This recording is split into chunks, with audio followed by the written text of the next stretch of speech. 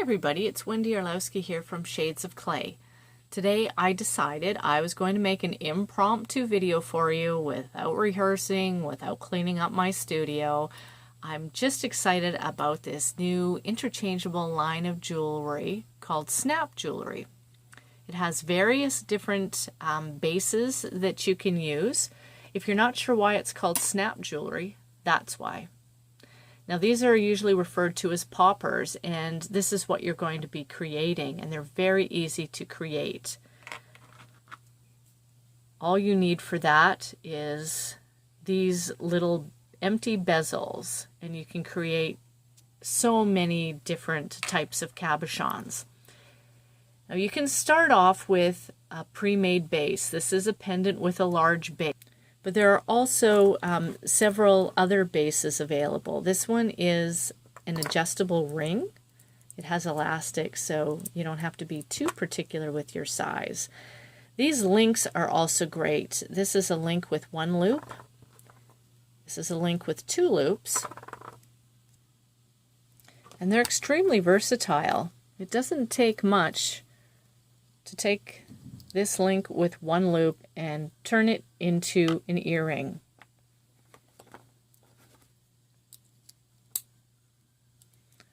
So there you go, easy way to make earrings. Take that off there and put it onto your ring base. Or you can take this link with the two loops on it, and you can join a bunch together to make your own bracelets. There's also all kinds of pre-made bracelets. There's brooches, all kinds of things. We just happen to have sold out of a few things, and we're waiting for our next shipment to come in. But the possibilities are endless with the pre-made bases. Now, if that's sort of not your style, if you like to create your own things, you can turn any base that you can make a hole into your own original base. So this is a nice leather cuff.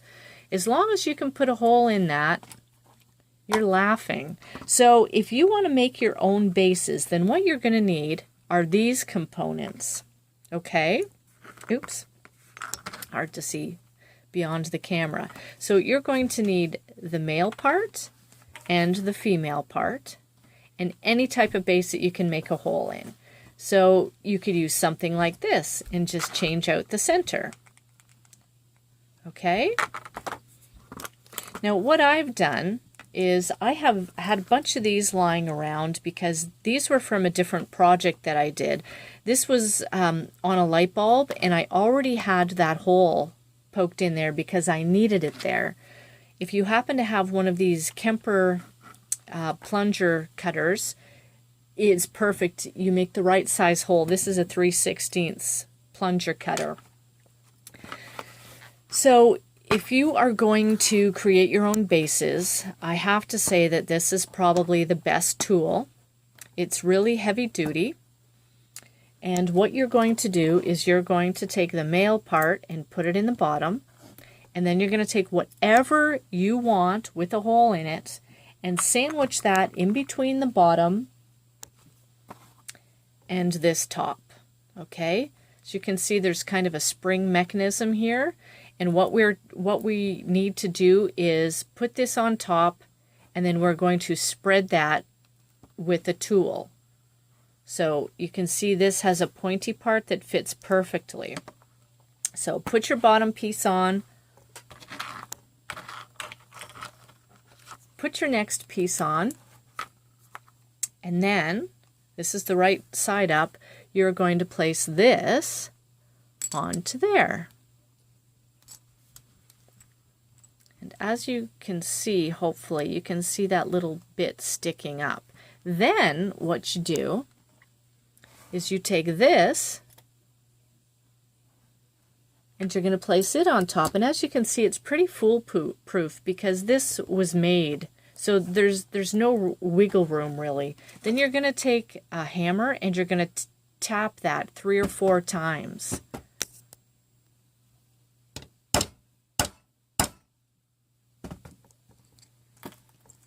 And then what you end up with, oops, was a very slippery base. So as you can see, these are joined, I'm pulling, these are joined really well. So that's one tool to use. Now, if you don't want to purchase that tool because you happen to have, you know, a center punch lying around in the garage, this is one that my husband had. This is one that Shades of Clay carries.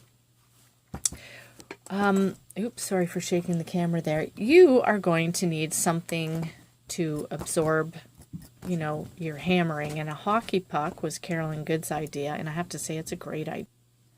Okay, so you're going to do things the same way. You're going to take your small piece, place it down first. Whatever you are attaching this component to goes on next, and then this. So place that on top, and then you're going to take your center punch and do the same thing. You're going to hit it a few times with the hammer, and it works just as well. Although I'd say there's less room for error with this tool. Okay. Okay, so now that you have this piece, it can be decorated any way you want. Now, of course, you're probably going to predetermine what this is, not just a plain ugly disc. But when I did it, I just didn't really plan it out very well. So it was like an ugly color base that I didn't want. So what I did was I added some silver gilder's paste to it. And then I added some ink. And then I just scratched away with a needle tool. So then I thought, I'm going to have to turn this into a pendant or something. So what I did was I got some wire. I believe it was 19 gauge wire. Let me just see. Here's the wire here. That's from the hardware store. Take a piece of wire, and you're going to sort of bend the wire in the center and start it here. And what I did was I bent it around the bottom, and then I bent it back up again. I had my two wires sticking up, and then I introduced a metal knitting needle, and then I just made a coil on each side, squished it together. If you can't do it with your fingers, do it with a pair of pliers. Cut off your ends after you slide it off the knitting needle, and if you have to, give them a little bit of a sand perhaps. You don't want anything sharp touching your skin. So I decided why not make the back presentable as well, so I just added some alcohol inks to this in a different color, and you can wear it any way. If you wanted, you could wear it backwards or whatever. So as you can see, these collars are wonderful, and I searched for years for these collars. I finally found some to sell through Shades of Clay, and they sold out within a couple days, so we're hoping to get some more in. But as you can see, that's, oh, I put it on backwards, so that's the back side. I'll turn that around and put it on the correct way. And as you can see, it hangs quite nicely. And then it's ready for your popper. Now this popper started out the exact same way as this one did. Exact same color of clay.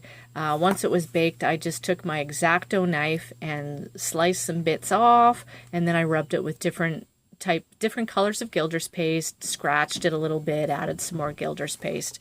So as you can see, pretty versatile line of jewelry. So I'm going to show you my quick way of filling these bezels.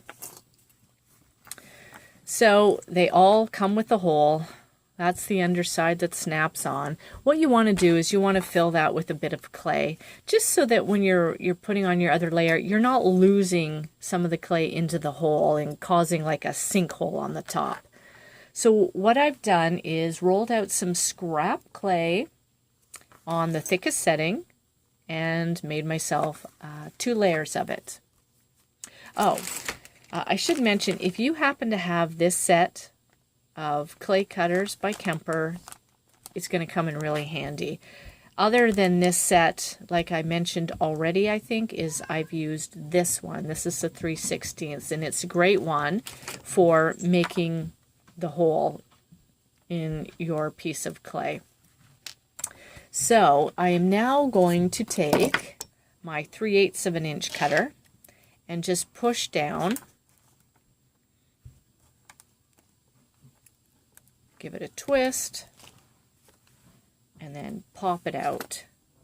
You'll see it makes a dent on one side. Just put that to the bottom. So I'm going to put that there, right in the center. And then I'm going to push it just to attach it. And now I'm going to avoid the very center, and I'm just going to gently work the edges down.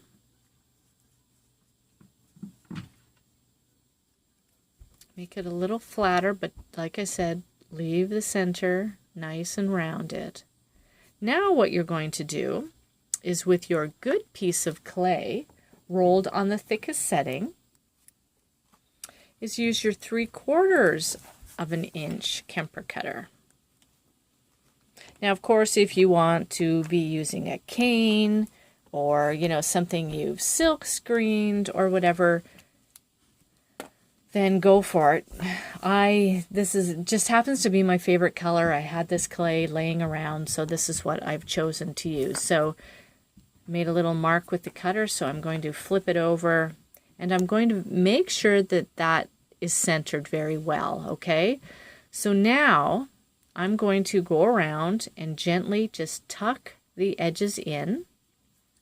No need to squish anything here. Okay, so see, that's pretty easy. But I'm worried that there's going to be pockets of air around there, so I'm going to work it a little bit more. Not squishing the center, avoid the center, and maybe just roll your thumb. My nails happen to be covered with ink because I've been playing with this a little bit. So just very gently, taking your time, go around until you're happy with the shape. Now this kind of looks like a mushroom, as you can see. You might be happy with that. If you're happy with that, fine, you're almost done. If not, squish it a little bit more. Just don't squish the center down. Okay, so I'm happy with that. Now I'm going to take my blade. I'm going to put this in between my fingers so it rolls easily. And I'm just going to knock the clay back in by very gently, oops, sorry, my apologies. This is a lot easier than I've just made that look. I'm trying to see beyond my my camera, and it's kind of difficult. So just gently do that. You're just gently pushing the clay back within the confines of the bezel. If you've damaged it like I did, just smooth it out. And there you have it. Really easy way to make a cabochon. And you're going to bake them in the oven for the recommended time. And this one started out like that one. So anyway, there you have it. I hope that takes the mystery out of this line of jewelry. As you can see, it's very easy. Very great for craft shows because you'll be able to offer your customers several different bases. If they came looking for a ring, well, you may have some rings. If they came looking for earrings, you'll have some earrings.